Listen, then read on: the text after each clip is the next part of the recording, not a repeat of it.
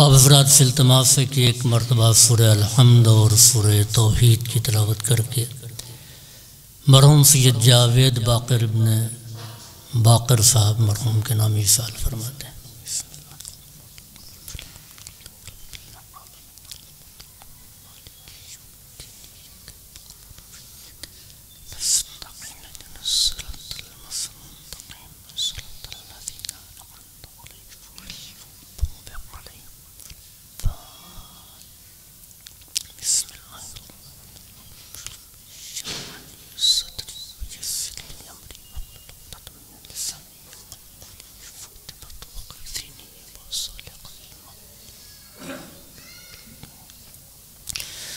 لا حول ولا قوة إلا بالله العلي العظيم أعوذ بالله السميع العليم من الشيطان اللعين الرجيم بسم الله الرحمن الرحيم الحمد لله الذي هدانا لهذا وما كنا لنهتدي لولا أن هدانا الله لقد جاءت رسل ربنا بالحق الصلاة والسلام التحية والإكرام على صاحب الحوض الكوثر والخطبة والمنبر والركن والمشعر والوجه الأنور والخد الأقمر والجبين الأزهر والنسب الأطهر والحسب الأشهر صاحب الفضل والعطاء والجود والسخاء والنور والضياء العبد المؤيد والرسول المسدد مولانا بالقاسم محمد وعلى عطرته الطاهرة وذريته النجباء السعداء لا سيما على بقية الله الأعظم في الأرضين أما بعد فقد قال رب العالمين في كتابه المبين بسم الله الرحمن الرحيم والعصر إن الإنسان لفي خسر إلا الذين آمنوا وعملوا الصالحات وتواصوا بالحق وتواصوا بالصبر صلوات۔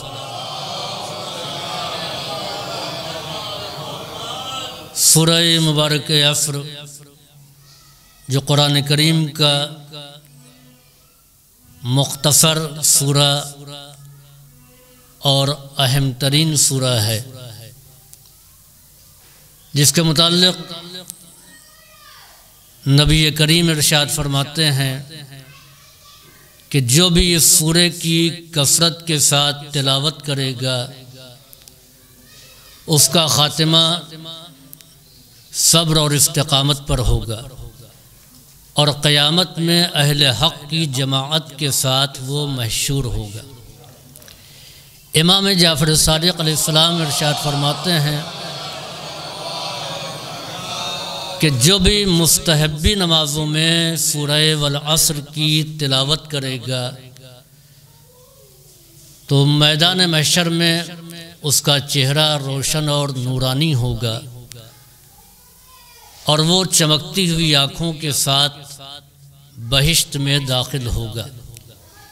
اس سورہ کی اہمیت کا اندازہ آپ اس بات سے لگائیں کہ سورہ والعصر کے نزول کے بعد اصحاب پیغمبر جب ایک دوسرے سے ملاقات کرتے تھے اور ملاقات کرنے کے بعد میں جب جدا ہوتے تھے تو سورہ والعصر کی تلاوت کیے بغیر جدا نہیں ہوتے تھے۔ یہ سورہ جس میں پروردگار عالم انسانیت کے خسارے کا اعلان کر رہا ہے، والعصر ان الانسان لفی خسر، قسم ہے عصر کی کہ یہ انسان خسارے میں ہے، یہ انسان نقصان میں ہے، یہ انسان گھاٹے میں ہے۔ الا الذین آمنوا، سوائے ان لوگوں کے جو ایمان لائے، وعملوا الصالحات، اور ایمان کا مظاہرہ اپنے نیک عمل کے ذریعے وہ کرتے ہیں۔ خود ہی عامل نہیں ہوتے، بلکہ سماج و معاشرے میں ان کی کوشش یہ ہوتی ہے کہ سماج اور معاشرہ بھی با ایمان اور با عمل بنے، تو اس کے لیے وہ ایک دوسرے کو صبر کی وصیت اور حق کی نصیحت کرتے رہتے ہیں۔ عزیزوں، قرآن کا اعلان ہے کہ انسان خسارے میں ہے۔ کون سا انسان خسارے میں ہے؟ وہ جو با ایمان نہیں ہے بلکہ بے ایمان ہے۔ لیکن ہمارا مشاہدہ یہ ہے اور دنیا کا تجربہ یہ ہے کہ جتنے بے ایمان ہیں وہ فائدے میں ہیں، اور جتنے با ایمان ہیں وہ خسارے اور نقصان میں ظاہراً نظر آتے ہیں۔ آپ کسی بھی فیلڈ میں چلے جائیے، کسی جگہ چلے جائیے، آپ کو یہی ملے گا۔ دو آدمیوں نے ایک ساتھ بزنس شروع کیا، ایک محلے کے رہنے والے، ایک جگہ کے رہنے والے، اور ایک ہی جیسا کاروبار دونوں نے شروع کیا۔ ایک چند سالوں میں ترقی نہ کر سکا، جتنا سرمایہ تھا اسی کو کسی طریقے سے مینٹین رکھ سکا یا کچھ اس سے آگے بڑھا۔ دوسرا آگے بڑھتا چلا گیا، دولت کی فراوانی ہو گئی، نتیجہ یہ ہوا کہ جتنا سرمایہ لگایا تھا اس سے 10 گنا زیادہ کا وہ مالک ہو گیا۔ اب سوال یہ ہوتا ہے کہ جب دونوں نے ایک سرمایہ سے اور ایک ہی بزنس، یعنی کہ ان کا بزنس الگ ہے اور ان کا الگ ہے، ایک ہی کاروبار شروع کیا، تو ایک نے ترقی کیوں کی اور ایک کی حالت ایسی کیوں بنی رہی؟ جس نے ترقی نہیں کی اس سے سوال کیا، بھائی سرمایہ ایک ہے، کاروبار ایک ہے، ان کو دیکھیے وہ کہاں سے کہاں پہنچ گئے اور آپ نے اتنی ترقی نہیں کی۔ تو جواب یہی ملے گا، دیکھیے میں بڑی ایمانداری سے کاروبار کر رہا ہوں، میرے یہاں ملاوٹ نہیں ہے، میرے یہاں ڈپلیکیٹ مال نہیں بیچا جاتا ہے، بڑی دیانتداری سے، لہٰذا میں جہاں تھا وہیں رہ گیا۔ ان کے ہاں ہر قسم کے حربے استعمال کیے جاتے ہیں، دیانتداری نہیں پائی جاتی ہے، لہٰذا ان کا سرمایہ بڑھتا چلا گیا۔ اسی طریقے سے آپ ملازمت میں آئیے، ایک پوسٹ پر 2 آدمی ہیں، ایک ہی گاؤں کے، ایک ہی علاقے کے رہنے والے، ایک کے گھر میں ہم دیکھ رہے ہیں بمشکل تمام خرچ چل رہا ہے، اور دوسرے کے گھر میں ہم دیکھ رہے ہیں کہ فراوانی ہے، ان کے پاس کار بھی ہے، ان کا مکان بھی بہترین بنا ہوا ہے، یہ صاحب حیثیت بھی نظر آتے ہیں۔ اب یہ سوال ہوگا کہ آپ ایسے ہی رہ گئے جبکہ آپ کی نوکری وہی ہے جو ان کی نوکری ہے؟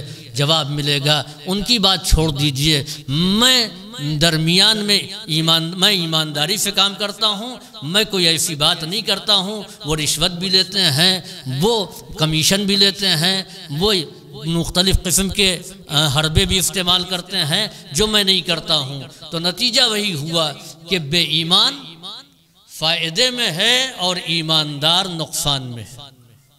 آپ جس شعبے میں چلے جائیے اس شعبے میں یہ نظر آئے گا۔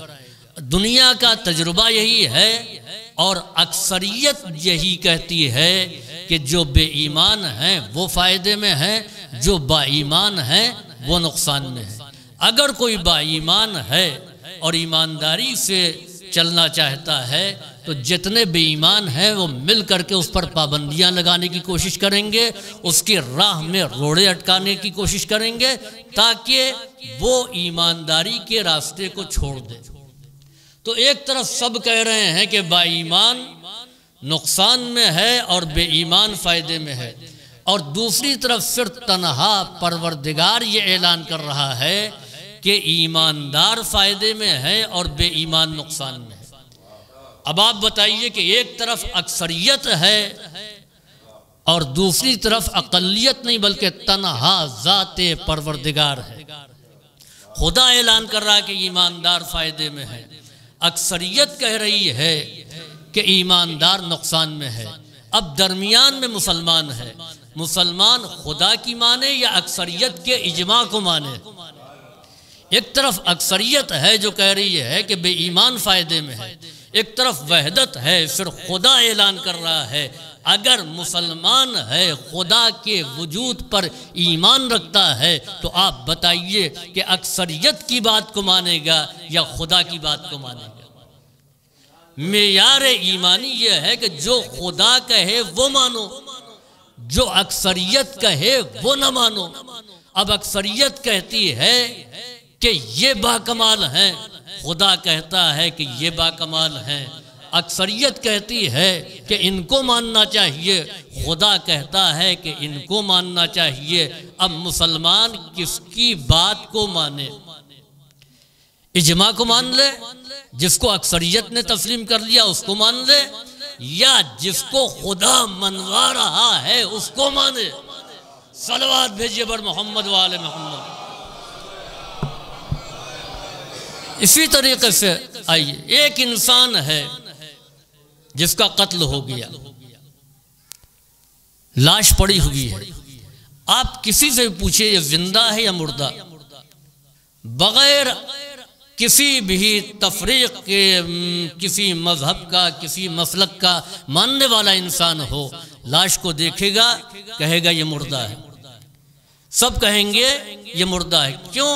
اس لیے کہ اس کے اندر روح نہیں پائی جاتی ہے، سر و تن میں مثلا جدائی ہو گئی، سب کہیں گے کہ مردہ ہے، اور یقیناً لاش کو کوئی زندہ نہیں کہے گا۔ اکثریت گواہی دے رہی ہے کہ لاش ہے تو مردہ ہے۔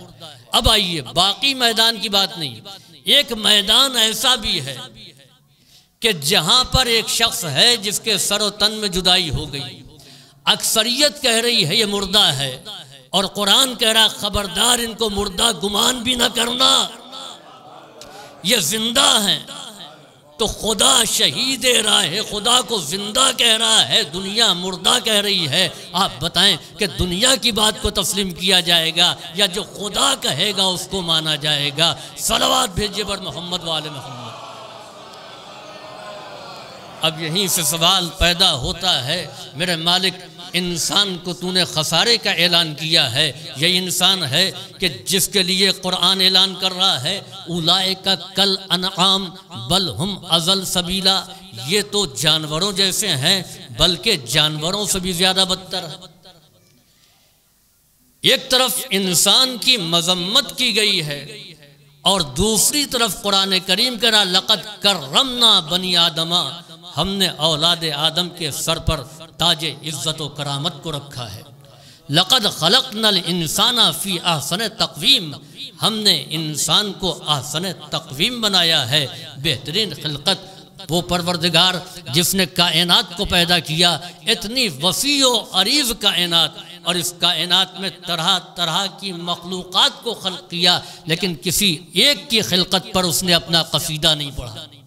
فرشتوں کو خلق کیا، یہ نہیں کہا فتبارک اللہ احسن الخالقین، جناتوں کو خلق کیا تو یہ نہیں کہا کہ فتبارک اللہ احسن الخالقین، جانوروں کو خلق کیا تو اپنی خلاقیت کا قصیدہ نہیں پڑھا، لیکن جب انسان کو پیدا کیا تو اعلان کیا فتبارک اللہ احسن الخالقین، بابرکت ہے وہ ذات جو خلق کرنے والوں میں سب سے بہتر و افضل ہے۔ تو یہ تضاد کیوں ہے؟ اور اسی قسم کا تضاد آپ دیکھیے کہ اس دنیا میں بھی پایا جاتا ہے جس دنیا میں اس انسان کو بھیجا ہے۔ امیر المومنین کے خطبات دنیا کی مذمت میں بہت سے خطبات پائے جاتے ہیں، چنانچہ دنیا غرارہ ہے، ذرارہ ہے، یہ نقصان دینے والی ہے، یہ ہلاک کر دینے والی ہے، یہ تباہ کر دینے والی ہے۔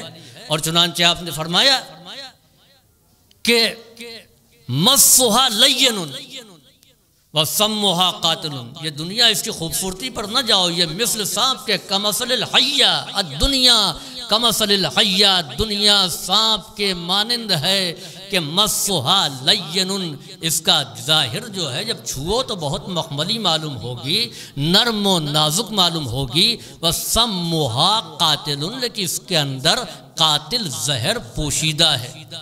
آپ دیکھیے کہ سانپ کتنا خوبصورت معلوم ہوتا ہے، ایک بچہ ہے جو اس کی خوبصورتی کو دیکھ کر کے اس کی طرف لپکتا ہے، اس کو چھونا چاہتا ہے، اس کو پکڑنا چاہتا ہے، لیکن ایک سمجھدار ہے جو اس کی طرف نہیں ہاتھ بڑھاتا بلکہ اس سے ہوشیار رہتا ہے اور دوسروں کو بھی آگاہ کرتا ہے۔ بچہ سانپ کی طرف لپک رہا ہے لیکن باپ اس کو روک رہا ہے۔ کیا بچہ زیادہ بہادر ہے باپ کے بنسبت؟ نہیں، بچہ کیونکہ اس کو جانتا نہیں ہے، ظاہر دیکھ کر کے اس کے اوپر فریفتہ ہو رہا ہے، اور باپ اس کی معرفت رکھتا ہے، باپ ڈر رہا ہے اور بچہ اس کی طرف لپک رہا ہے، تو کیا بچہ بہادر ہو گیا باپ سے؟ اور باپ کی کیا حیثیت ہے؟ نانا جان بھی دیکھ کر کے ڈر جاتے ہیں۔ صلوات بھیجیے بر محمد و آل محمد۔ تو عزیزوں فرق یہ ہے کیونکہ اس کی عقل پختہ نہیں ہوئی ہے، ناپختہ ہے، لہٰذا اس کے نقصانات کا یہ ادراک نہیں رکھتا۔ باپ کی عقل پختہ ہے، لہٰذا وہ اس کے نقصانات کا ادراک بھی رکھتا ہے اور اس کے نقصانات کو سمجھتا بھی ہے۔ صلوات محمد و آل محمد۔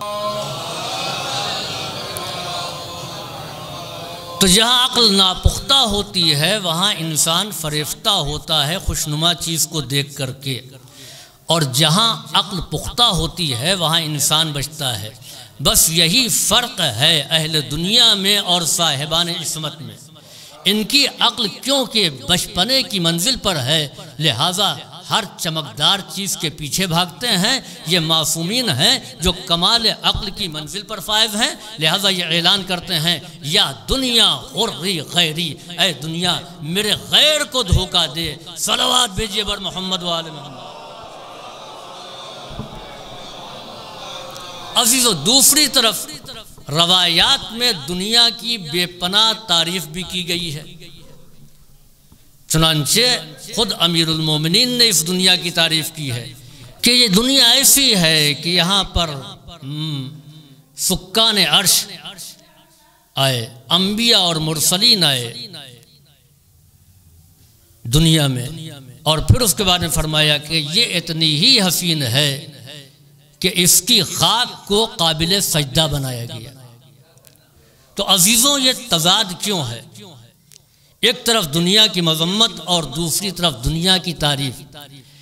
معصومین کے بیانات ایسے نہیں ہوتے ہیں کہ جیسے ہمارے الیکشن کے لیڈروں کے بیانات بدل جائیں۔ ایک پارٹی بہت اچھی ہے جب اس میں آپ تھے، اور وہی بہت خراب ہو گئی جب آپ اس میں سے نکل کر کے دوسری پارٹی میں چلے آئے۔ تو معصومین کے بیانات ایسے نہیں ہوتے ہیں، اگر مذمت کیا ہے تو اس کی بھی ایک نوعیت ہے، اور تعریف کی ہے تو اس کی بھی ایک حیثیت ہے۔ ان دونوں میں آپ دیکھیں کہ دنیا اگر اس شکل میں آئے گی تو قابل مذمت ہے، اور اگر اس صورت میں آئے گی تو قابل تعریف ہے۔ چنانچہ بہترین تعریف امیر المومنین علی بن ابی طالب علیہ السلام نے کہ آپ فرماتے ہیں کہ الدنیا، دنیا کیا ہے؟ اذا ابصر بہا بصرت ہو وَإِذَا أَبْصَرَ إِلَيْهِ أَعْمَتْ ہو، جب تم دنیا کے ذریعے دیکھو گے تو تمہاری بصارت میں اضافہ ہو جائے گا، اور جب تم دنیا کی طرف دیکھو گے تو پھر نابینا ہو جاؤ گے، اندھے ہو جاؤ گے۔ دنیا کو دیکھنے کا ذریعہ بناؤ، دنیا کی طرف نہ دیکھو۔ میں مثال دے دوں، سورج ہے، سورج کے ذریعے سے آپ دیکھیں گے تو ہر چیز نظر آئے گی، لیکن سورج ہی کو دیکھنا شروع کر دیں گے تو کچھ نہ دکھائی دے گا، روشنی بھی ختم ہو جائے گی۔ اسی طریقے سے دنیا ہے کہ دنیا کے ذریعے سے اگر ہم دیکھیں گے، اس کو آخرت کے حصول کا ذریعہ قرار دیں گے تو یہ ہماری بصارت میں اضافہ کرتی چلی جائے گی، بینائی بڑھتی جائے گی۔ لیکن جیسے ہی ہم نے دنیا کی طرف دیکھا تو ہم اندھے ہوتے چلے جائیں گے، نابینا ہوتے چلے جائیں گے، بینائی رخصت ہو جائے گی۔ اب نہ دین دکھائی دے گا، نہ شریعت دکھائی دے گی، نہ سچ دکھائی دے گا، نہ انسانیت دکھائی دے گی۔ حد یہ ہے کہ جنت بھی سامنے آئے گی تو ملک رے دکھائی دے گا، جنت نہیں نظر آئے گی۔ دو کریکٹر ہیں اور دونوں میں فرق پہچانے۔ حر نے دنیا کے ذریعے سے دیکھا تو اس کی بینائی میں اضافہ ہوا، پسر سعد نے دنیا کو دیکھا لہذا اندھا ہو گیا۔ اب دونوں میں فرق پہچانے۔ حر بھی ابن زیاد کے 4 بڑے کمانڈروں میں سے ایک کمانڈر تھا، اور اس سے بھی یہ وعدہ تھا کہ اگر فرزند رسول کو تم نے راستے میں روک دیا اور یزید کی بیعت پر راضی کر لیا تو تم کو خراسان کی گورنری ملے گی۔ اور عمر سعد سے کہا گیا کہ تم جاؤ یا بیعت لو اور یا امام حسین کو شہید کرو، تب تم کو ملک رے کی گورنری ملے گی۔ دونوں سے حکومت کا وعدہ۔ اب پسر سعد صرف دنیا کی طرف دیکھ رہا ہے، حر دنیا کے ذریعے دیکھ رہا ہے۔ ملازمت کو بچانا ہے، سرداری کو بچانا ہے، اس وقت تک بچایا جب تک جنت خطرے میں نہیں پڑی۔ لیکن ایک مرحلہ ایسا آ گیا، یا خراسان کی حکومت یا جنت، تو حر نے حکومت چھوڑ دیا، جنت کو اختیار کر لیا۔ یعنی اس نے دنیا کو دیکھنے کا ذریعہ بنایا تو اس کو جنت نظر آئی، حکومت خراسان نظر نہیں آئی۔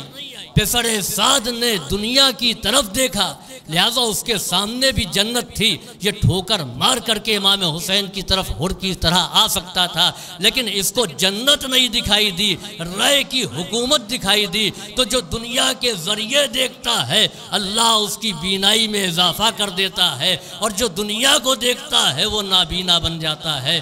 صلوات بھیجیے بر محمد و آل محمد۔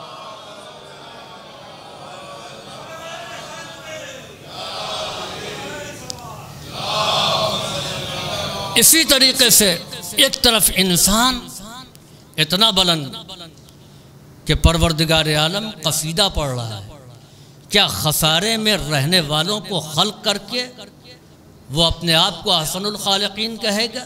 نہیں۔ اسی طریقے سے انسانوں کی بھی 2 قسمیں ہیں۔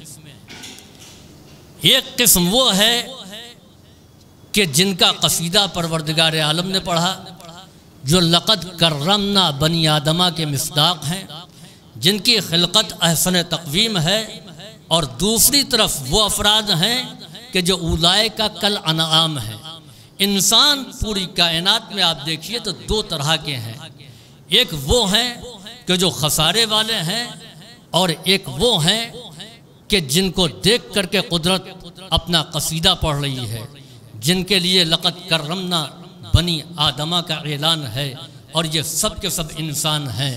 آدم بھی انسان ہیں، نوح بھی انسان ہیں، ابراہیم بھی انسان ہیں، مرسل اعظم بھی انسان ہیں، امیر المومنین بھی انسان ہیں۔ ان سب کو پروردگار عالم نے انسان ہی بنا کر کے خلق کیا ہے۔ تو ایک طرف انسان کی صورت میں انبیاء ہیں، ایک طرف انسان کی صورت میں اوصیاء ہیں، ایک طرف انسان کی صورت میں راہ حق میں چلنے والے ہیں۔ جب ان کو دیکھا جائے گا تو پھر لقد کرمنا کا تاج ان کے سر پر نظر آئے گا۔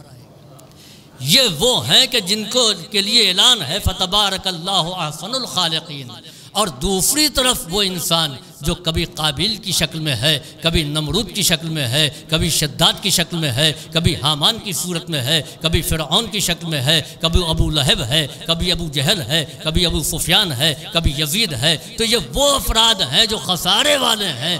صلوات بھیجیے بر محمد و آل محمد۔ انسان یہ بھی ہیں، انسان وہ بھی ہیں۔ یہ وہ ہیں کہ جن کی بلندی کا اعلان کیا گیا ہے، اور یہ وہ ہیں جن کی پستی کا اعلان کیا گیا ہے۔ والعصر ان الانسان لفی خسر، قسم ہے زمانے کی یہ انسان خسارے میں ہے، یہ انسان نقصان میں ہے۔ یہ انسان گھاٹے میں ہے۔ ہم یہ سمجھ رہے تھے کہ اقتدار والے فائدے میں ہیں، ہم یہ سمجھ رہے تھے حکومت والے فائدے میں ہیں، ہم یہ سمجھ رہے تھے دولت والے فائدے میں ہیں۔ یاد رکھیں کہ جس کو عظیم حکومت ملی، جس کے پاس خزانوں کی کمی نہیں تھی، جو دنیا کا فاتح اعظم کہلایا، جس نے جس تخت کو پسند کیا اس پر قبضہ کر لیا، جس تاج کی طرف دیکھا اس کو اپنی ٹھوکروں پر رکھ لیا، جس حکومت کی طرف سے گزرا اس کو ویرانیوں میں تبدیل کر دیا۔ لیکن جب اس دنیا سے جانے لگا تو اس نے بڑی حسرت کے ساتھ اپنے حکومت کو دیکھا، اپنے اقتدار کو دیکھا، اپنے اسلحوں کی کثرت کو دیکھا۔ سپر پاور تھا اپنے زمانے کا، 39 سال کی عمر میں 39 ملکوں کو فتح کیا تھا، ہمارے ہندوستان تک بھی آیا تھا، فاتح اعظم کہلایا، سکندر اعظم کہلایا۔ لیکن جب موت قریب آئی، وقت آخر آیا، تو اس نے اپنی ناکامی کا اعلان کیا ہے، نقصان کا اعلان کیا، فائدے کا اعلان نہیں کیا۔ حسرت سے دیکھا نہ یہ حکومت کام آ رہی ہے، نہ یہ خزانے کام آ رہے ہیں، نہ یہ طاقتور لشکر اس کی حفاظت کر پا رہا ہے۔ کہا میرے دونوں ہاتھوں کو بندے کفن سے باہر نکالو۔ کیوں نکالو؟ تاکہ دنیا یہ دیکھ لے کہ جس نے اتنی دولت اکٹھا کی ہے وہ خالی ہاتھ جا رہا ہے۔ شہرت کے بام عروج پر تھا، لیکن آج وہ شہرت کام نہیں آ رہی ہے۔ یعنی اپنی ناکامی کا اعلان کیا، اپنے نقصان کا اعلان کیا۔ کیوں؟ اس لیے کہ جس چیز کو اکٹھا کیا تھا اور جس کو اس نے اپنی کامیابی سمجھا تھا وہ کام نہیں آ رہی ہے، لہٰذا اس نے اپنی ناکامی کا اعلان کیا۔ ہماری جانیں قربان ہو جائیں اس ذات کے اوپر، ہماری جانیں قربان ہو جائیں اس ہستی کے اوپر کہ جس کی غذا نان جوی تھی، جس کا لباس پیوندار تھا، لیکن جب اس کائنات کو چھوڑ کر کے جانے لگے تو کہا فزت ورب الکعبہ، رب کعبہ کی قسم میں کامیاب ہوں۔ یعنی نقصان والے وہ ہیں کہ جن کے پاس ایمان نہیں ہے، عمل صالح نہیں ہے۔ کامیاب وہ ہے کہ جس کے پاس ایمان بھی، عمل صالح بھی ہے۔ اور کیوں نہ اپنی کامیابی کا اعلان کریں، اس لیے کہ ایمان کی منزل میں کل ایمان ہے، اور عمل کی منزل میں ایک ضربت ثقلین کی عبادت سے افضل ہے۔ صلوات بھیجیے بر محمد و آل محمد۔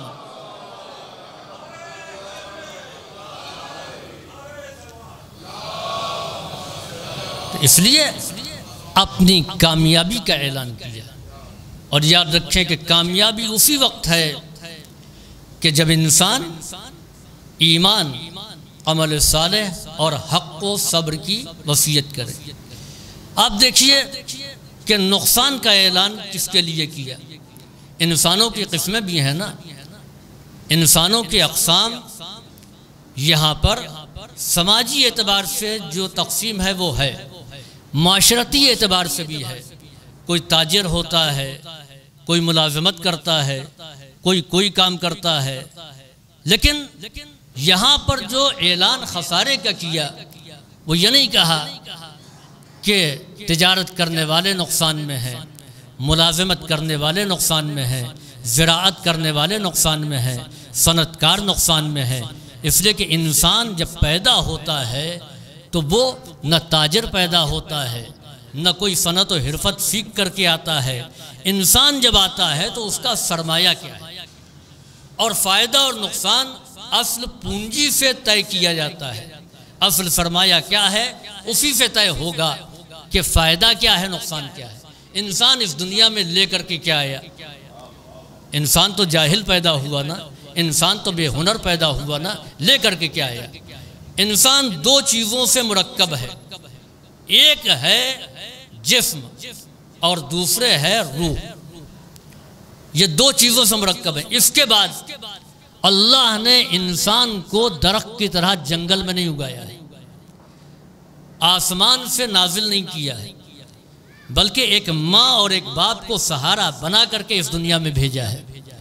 اور جب اس دنیا میں ماں باپ کے ذریعے آیا ہے تو ظاہر سی بات ہے کہ سماج اور معاشرے کے رشتوں سے بے نیاز نہیں ہوگا۔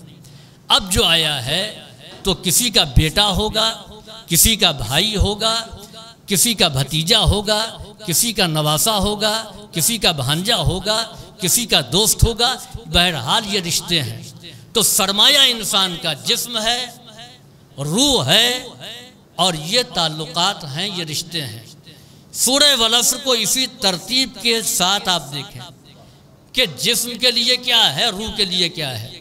ایمان ہے روح کے لیے۔ اگر روح کے ساتھ ایمان ہے تو انسان خسارے میں نہیں ہے، روح خسارے میں نہیں ہے۔ جسم کے لیے عمل صالح اور سماج و معاشرے اور رشتوں کے لیے حق و صبر کی وصیت۔ اب یہیں سے نقصان اور نفع کو طے کیا جائے گا۔ یعنی اگر روح ایمان سے خالی ہے تو نقصان ہے، جسم عمل صالح سے خالی ہے تو نقصان ہے، اور اگر تعلقات میں حق و صبر کی وصیت نہیں ہے، امر بالمعروف نہیں عن المنکر نہیں ہے، تو یہ انسان نقصان میں ہوگا، خسارے میں ہوگا۔ صلوات بھیجیے بر محمد و آل محمد۔ اب یہیں پر رک کر کے میں ایک بات اور عرض کرتا چلوں۔ یہ انسان ہے جس کو قرآن کریم نے کہا اولئک کالانعام، یہ جانوروں جیسے ہیں، بل ہم اضل سبیلا، یہ بلکہ ان سے بھی بدتر ہیں۔ سورہ مبارکہ جمعہ میں آپ پڑھتے ہیں مثل الذین حملوا التوراۃ ثم لم یحملوها کمثل الحمار، وہ لوگ جنہوں نے توریت پر کو تو لیا مگر اس پر عمل نہیں کیا۔ اولئک کالحمار، وہ جانوروں جیسے ہیں۔ اولئک کالحمار، وہ گدھے جیسے ہیں۔ یعنی جانوروں میں سے بھی جس جانور کی مثال قرآن نے دیا وہ گدھا ہے، وہ مثل گدھے کے ہیں۔ تو یہ کیوں کہا مثل گدھے کے؟ یہ تو انسان ہے نا۔ قرآن کہہ رہا اولئک مثل الذین حملوا التوراۃ ثم لم یحملوها کمثل الحمار، وہ مثل حمار کے ہیں، مثل گدھے کے ہیں۔ یہ گدھے نے قصور کیا کیا؟ سب سے زیادہ سیدھا اور محنتی جانور ہے نا، اس کی مثال کیوں دی ہے؟ کہ اس میں ایک خرابی یہ ہے کہ یہ عقل سے کام نہیں لیتا، عقل سے کام نہیں لیتا ہے، لہذا عقل سے کام نہ لینے والے نقصان میں ہوتے ہیں، خسارے میں ہوتے ہیں۔ اچھا، عقل سے کام نہ لینا کس کو کہتے ہیں؟ مثال کے طور پر آپ کسی اجنبی شہر میں داخل ہوئے، یہاں مولانا پاروی صاحب قبلہ تشریف فرما ہے، آ گئے، اتفاق سے ایک صاحب ان کو مل گئے، انہوں نے کہا مجھے راٹھے بیلی جانا ہے فلاں صاحب کے گھر، کرنل صاحب کے گھر۔ انہوں نے کوئی جواب نہیں دیا بلکہ ہنسنے لگے۔ انہوں نے جواب کوئی نہیں دیا، کہا ہنسنے لگے۔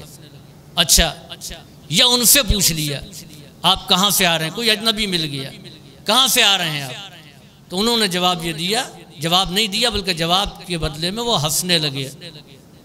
آپ نے کہا اچھا آپ کہاں جا رہے ہیں؟ فوراً انہوں نے پھر ہنسنا شروع کر دیا۔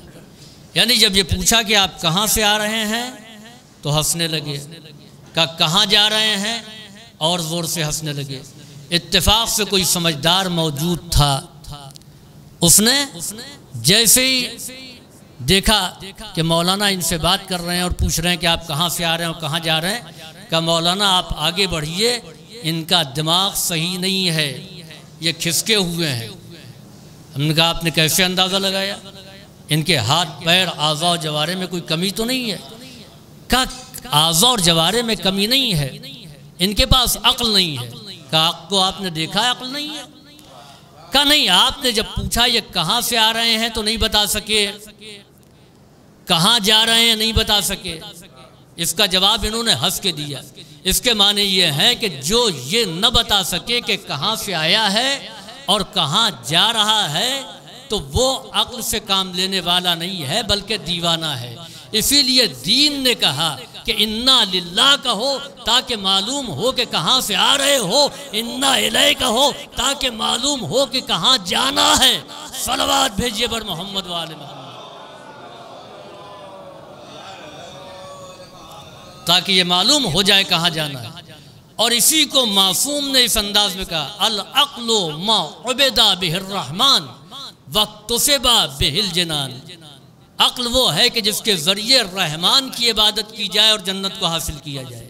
مَا عُبِدَ بِهِ الرحمن، یہ اس بات کا اعلان ہے کہ ہم کہاں سے آئے ہیں، سفر حیات کہاں سے شروع ہوا۔ وَاقْتُصِبَ بِهِ الْجِنَانُ، یہ اس بات کا اعلان ہے کہ ہم کو کہاں جانا ہے۔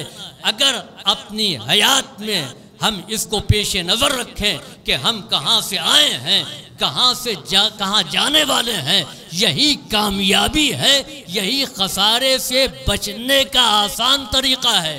صلوات بھیجیے بر محمد والے محمد۔ اچھا، یہ انسان کے نقصان اور خسارے کا اعلان کیا۔ والعصر ان الانسان لفی خسر، قسم ہے زمانے کی، یہ انسان خسارے میں ہے۔ الا الذین آمنوا، سوائے ان لوگوں کے کہ جو ایمان لائے۔ تو اس کے معنی یہ ہے کہ انسان ہونا یہ باعث فخر نہیں ہے، کیونکہ انسان اللہ نے سب کو بنایا ہے۔ انسان سے بلند ہو کر کے صاحب ایمان و کردار بن جانا، یہ کامیابی ہے۔ آپ دیکھیے کہ انسان اور ایمان میں فرق کیا ہے۔ یعنی انسان بچہ ہوتا ہے، جوان ہوتا ہے، بوڑھا ہوتا ہے۔ ایمان میں یہ کیفیتیں نہیں ہیں۔ یعنی کہ بچہ ہے تو اس کا ایمان بھی بچہ ہے، اور وہ بوڑھا ہے تو اس کا ایمان بھی کامل ہے، ایسا نہیں ہے۔ ایمان کی دنیا الگ ہے اور انسان یہ الگ ہے۔ ہو سکتا ہے کہ ایک بچہ ہو مگر ایمان کی منزل میں وہ کل ایمان ہو، اور ایک بوڑھا ہو لیکن وہ ایمان کی کسی منزل پر نہ ہو، بلکہ ایمان ہی نہیں پایا جاتا ہے۔ یہی وجہ ہے کہ ہم نے بچے کو تصدیق رسالت کرتے ہوئے دیکھا اور بوڑھے کو رسالت میں شک کرتے ہوئے پایا۔ دوسری بات یہ ہے کہ رشتہ داریاں انسانیت کی بنیاد پر ہوتی ہیں۔ رشتہ داریاں انسانیت کی بنیاد پر ہوتی ہیں، اور یاد رکھیں کہ انسانی رشتہ داری الگ ہے، رشتہ ایمان الگ ہے۔ انسانیت کی حیثیت سے جو رشتہ ہوتا ہے یا برابر کا ہوگا یا بلند ہوگا یا کمتر ہوگا۔ برابر کا رشتہ جس کو کہتے ہیں بھائی بھائی، برابر سے، لیکن باپ ماں یہ رشتہ بلند ہے، بیٹا بیٹی یہ رشتہ پست ہے۔ انسانیت کی حیثیت سے رشتے بلند بھی ہو سکتے ہیں، پست بھی ہو سکتے ہیں، برابر کے، لیکن ایمانی دنیا میں ایک ہی رشتہ ہے، اور وہ رشتہ ہے برابری کا۔ اور وہ اعلان کیا ہے؟ اعلان یہ نہیں ہے کہ تمام مومنین آپس میں باپ بیٹے ہیں، بلکہ صاحبان ایمان بھائی بھائی ہیں۔ انما المومنون اخوہ، مومنین سب آپس میں بھائی بھائی ہیں۔ تو یاد رکھیں کہ کمتر ہونا اور بلندتر ہونا یہ تو انسانی رشتے میں ہے، لیکن ایمانی رشتے میں تمام مومنین آپس میں بھائی بھائی ہیں۔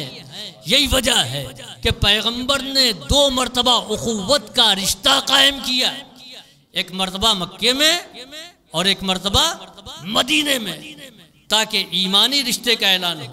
اچھا، آئیے انسانی رشتے کے اعتبار سے نوح کا بیٹا کہلائے گا، نوح کی زوجہ کہلائے گی، قابیل جناب آدم کا بیٹا کہلائے گا۔ یہ تمام رشتہ داریاں انسانی رشتہ داریاں ہیں۔ ابو لہب پیغمبر کا چچا کہلائے گا۔ یہ تمام رشتے انسانی رشتے ہیں۔ یاد رکھیں، انسانی رشتے تو یہ ہو سکتے ہیں، لیکن ایمان کی منزل میں نوح کہہ رہے ہیں یہ میرا بیٹا ہے، قرآن کہہ رہا لیس من اہلک، کفر و ایمان کا رشتہ نہیں ہو سکتا، یہ آپ کے اہل میں نہیں ہے۔ تو انسان ہونے کے ناطے رشتہ داری ہے، لیکن ایمان کی منزل میں کوئی رشتہ داری نہیں ہے۔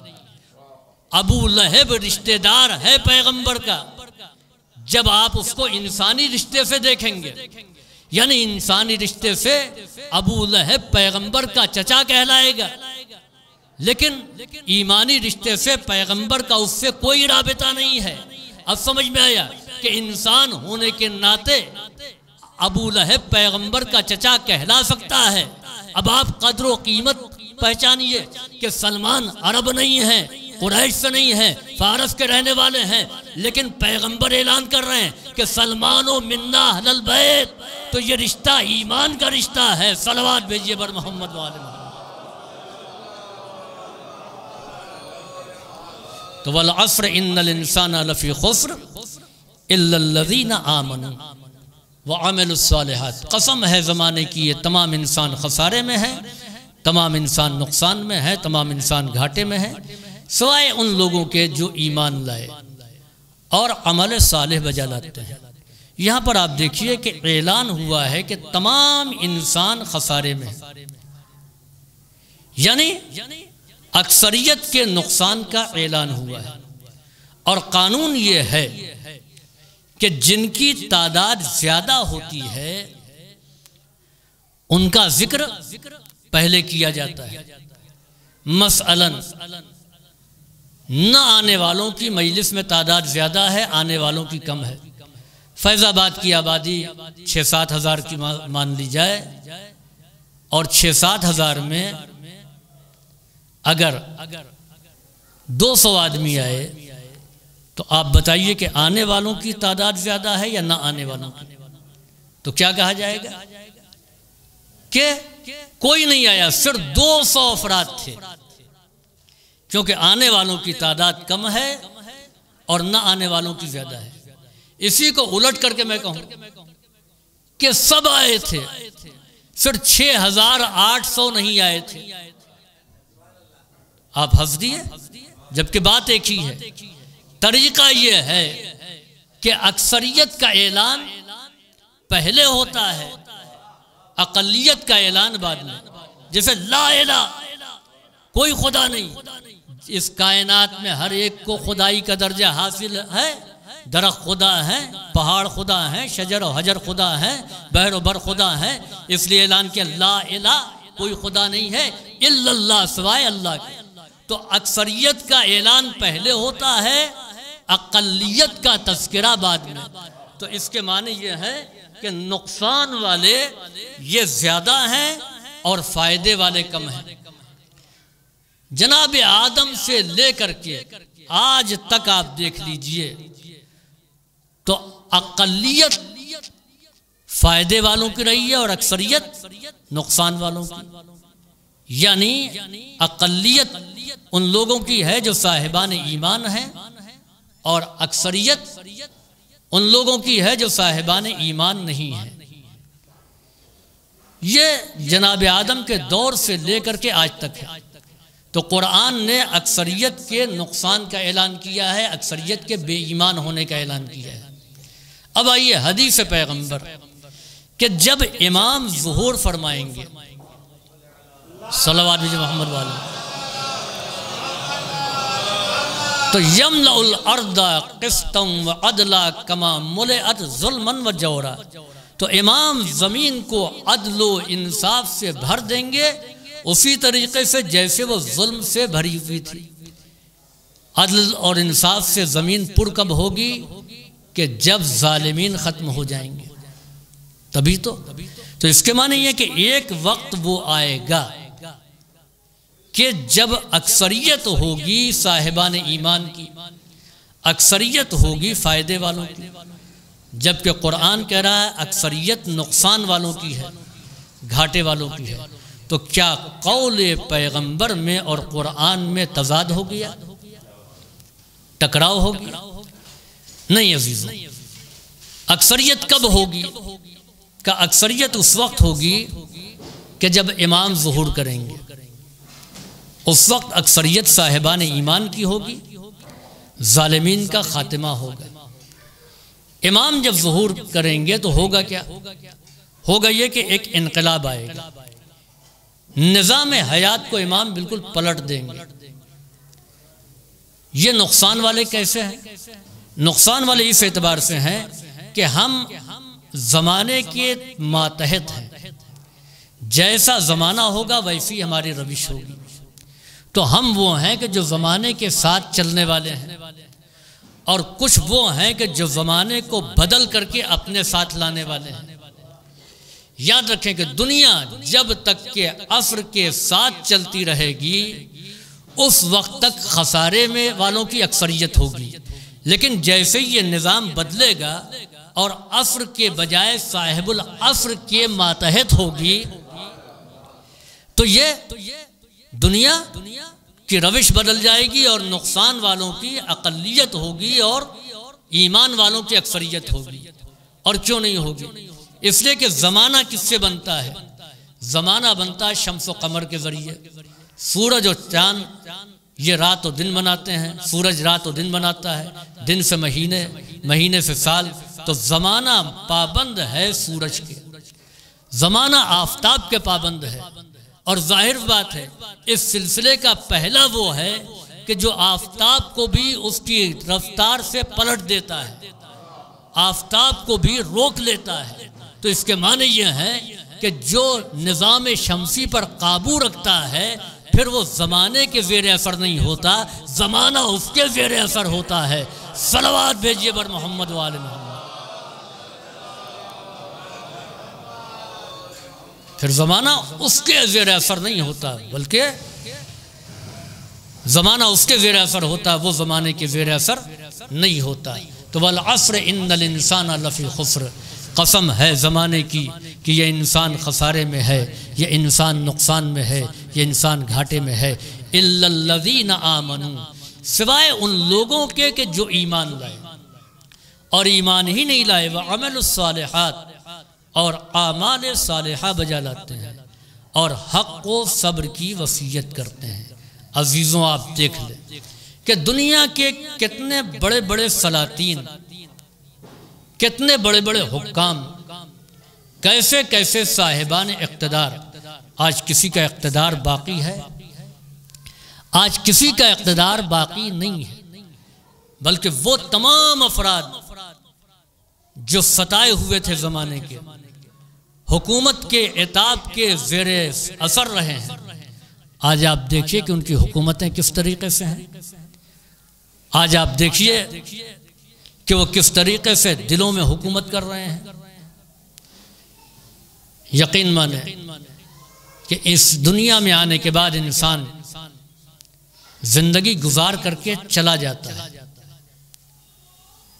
اور پھر اس کے بعد میں اس کے ساتھ اس کے اعمال اور اس کا کردار رہ جاتا ہے۔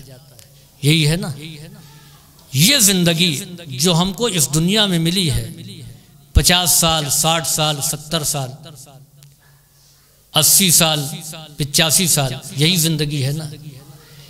اس زندگی کے ذریعے سے اگر ہم نے اس حیات کے حصول کی کوشش کی کہ جو ہمیشہ نعمتوں والی ہے، ہمیشہ آرام اور آسائش والی ہے، تو یہی ہماری کامیابی ہے۔ کربلا والوں کے پیش نظر یہی فلسفہ تھا۔ جتنے بھی کربلا میں شہید ہوئے،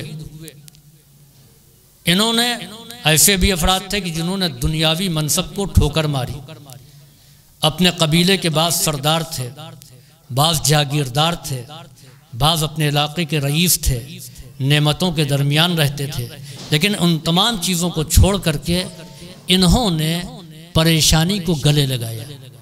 یہ آئے مصیبتوں کو انہوں نے گلے لگایا اور اپنی جان راہ حق میں قربان کیا۔ اچھا ذرا سوچئے کہ شہدائے کربلا نے کتنا بڑا سودا کیا۔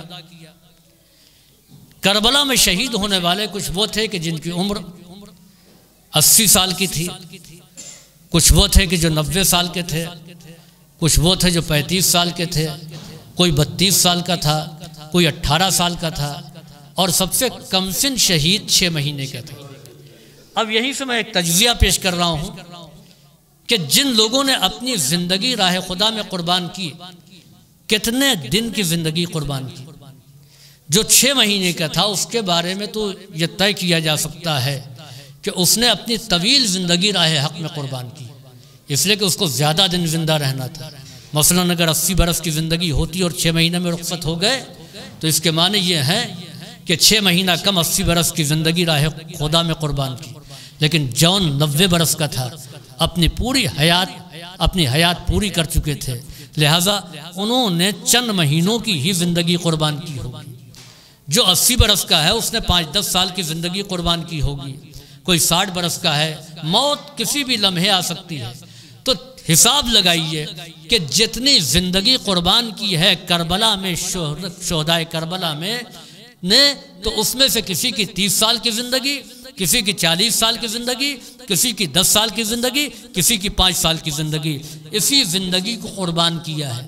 لیکن ایک اصول ہے دین کا کہ راہ خدا میں جو ایک خرچ کرتا ہے تو اس کے بدلے میں جو حد ہے وہ 1 لاکھ ہے۔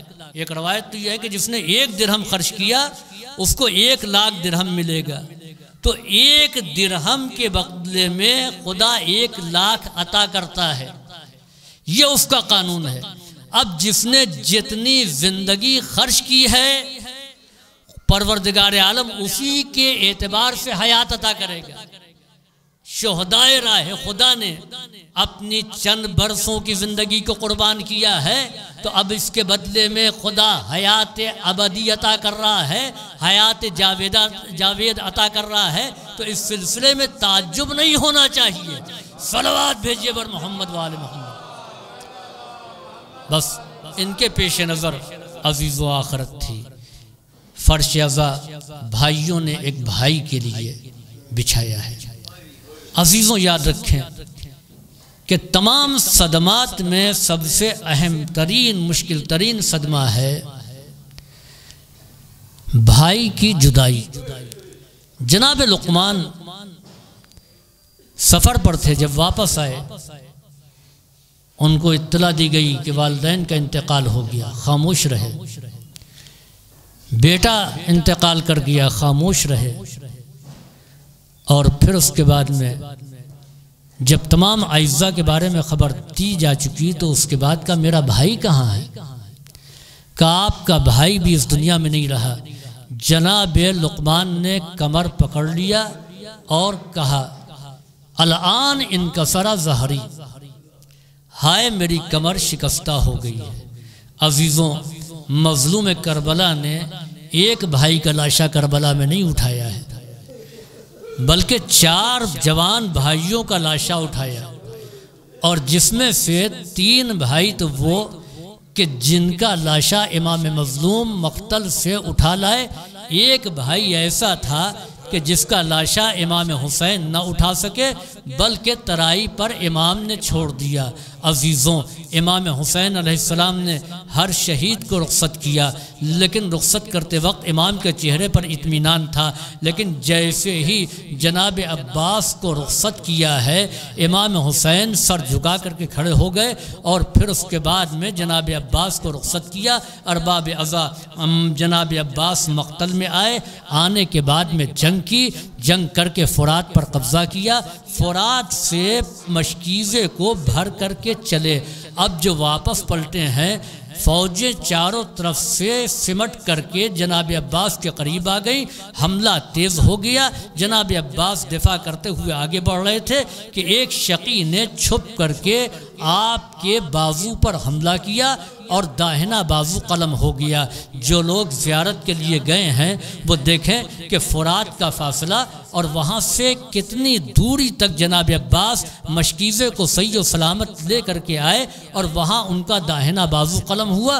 اس کے بعد ایک بازو سے لڑتے ہوئے جناب عباس کچھ دور اور آگے بڑھے ہیں، دونوں جگہ میں کافی فاصلہ پایا جاتا ہے، یہاں داہنا بازو اور وہاں بایاں بازو، اور جب بایاں بازو بھی قلم ہو گیا تب بھی جناب عباس آگے بڑھتے رہے۔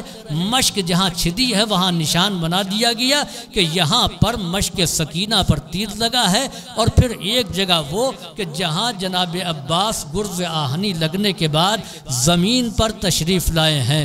عزیزوں ذرا سوچئے کہ جس کے دونوں بازو قلم ہو گئے ہوں، اشقیاء نے چاروں طرف سے گھیر دیا ہو، ایک شقی قریب آیا، عباس بہت بہادر ہونا، میں تمہارے اوپر وار کرتا ہوں، اگر تم روک سکتے ہو تو مجھے روک لو۔ جناب عباس نے جواب دیا اگر میرے ہاتھ سلامت ہوتے اس وقت آتا تو میں تجھے جواب دیتا۔ اب ذرا سوچو کہ جس کے بازو قلم ہو چکے ہوں، اس کو دشمنوں نے گھیر لیا ہو، کوئی نیزہ مار رہا ہو، کوئی قریب سے تیر مار رہا ہو تو وہ اپنا دفاع کیسے کرے؟ ایک تیر آ کر کے جناب عباس کی آنکھ میں پیوست ہوا اور ایک تیر سینے میں آ کر کے لگ گیا۔ انسان کے نفسیات یہ ہیں کہ جہاں زخم لگتا ہے، جہاں پر چوٹ لگتی ہے، وہاں ہاتھ پہنچ جاتا ہے۔ ذرا سوچو کہ ایک تیر سینے میں پورا پیوست ہو گیا، ایک آنکھ میں پیوست ہو گیا ہے۔ آنکھ وہ نازک حصہ ہے کہ معمولی سا تنکا پڑ جائے تو انسان برداشت نہیں کر پاتا، جائے کہ پورا تیر پیوست ہے۔ اگر جری کے دونوں ہاتھ سلامت ہوتے تو ایک ہاتھ سینے پر جاتا، ایک ہاتھ آنکھوں پر جاتا، لیکن نہ یہ ہاتھ سلامت ہے نہ وہ ہاتھ سلامت ہے۔ روایت کہتی ہے کہ آنکھوں میں اتنی اذیت تھی کہ جناب عباس نے اپنے سر کو جھکا دیا، تیر کو دونوں گھٹنوں سے دبایا، کھینچنا چاہا تیر نہ نکل سکا۔